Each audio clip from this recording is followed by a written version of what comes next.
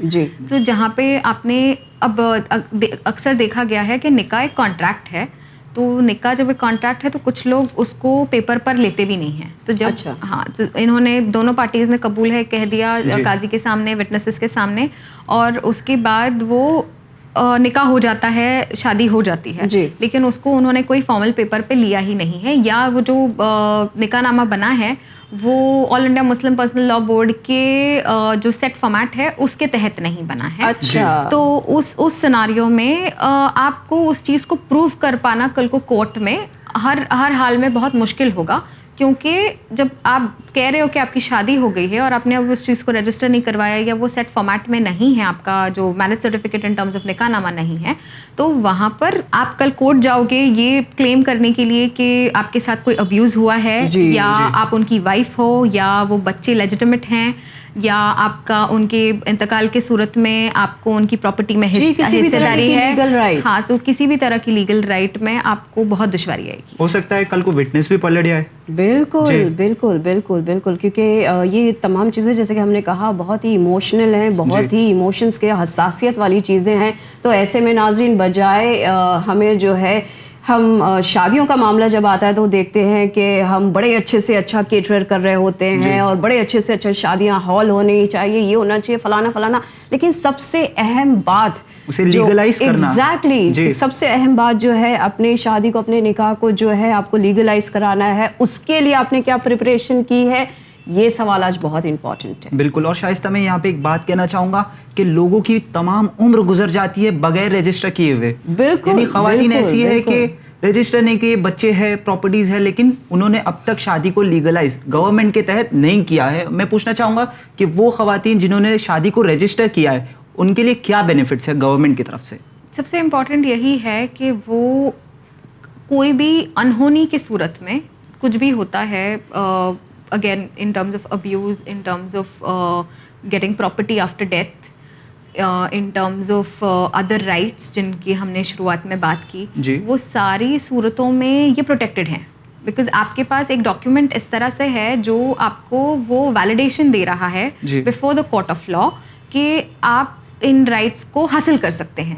جہاں پر وہ رائٹس جن کے پاس یہ رجسٹریشن نہیں اویلیبل ہیں ان کے لیے وہ بہت مشکل ہوگا اس چیز کو پروف کرنا. تو it is going from, if you have the registration, so it is like going from 50 to 100, and when you don't have the registration it is like going from 0 to 100. Okay, یہاں پہ یعنی میں کہنا چاہوں گا registration جو ہے شادی کا انشورنس ہے. بالکل بالکل بالکل, انشورنس آپ نے بات کہی, اور جیسے کہ میم نے شروعات میں ہمیں بتایا کہ کافی سارے لاز ہیں جو کہ ہمارے انڈین لاء جو ہے خواتین کو دیتا ہے. اس میں آپ نے کہا اکنامک لاء, تو یہ اکنامک لاء کیا ہوتا ہے جو, یا مینٹیننس اگر ہم کہیں, اکثر ہم نے دیکھا ہے کہ شادیاں ہو گئی اور جو شوہر ہیں, جو ہسبینڈ ہیں, وہ اپنی جو بھی کمائی ہے موم کو جا رہی ہے, جو بھی کمائی ہے ڈیڈ کو جا رہی ہے, جو اس کے اندر آپ کی لائف پارٹنر ہے ان کے پاس نہیں آ رہا ہے. تو کیا یہ صحیح ہے, کیا یہ غلط ہے, بتائیں ہمیں.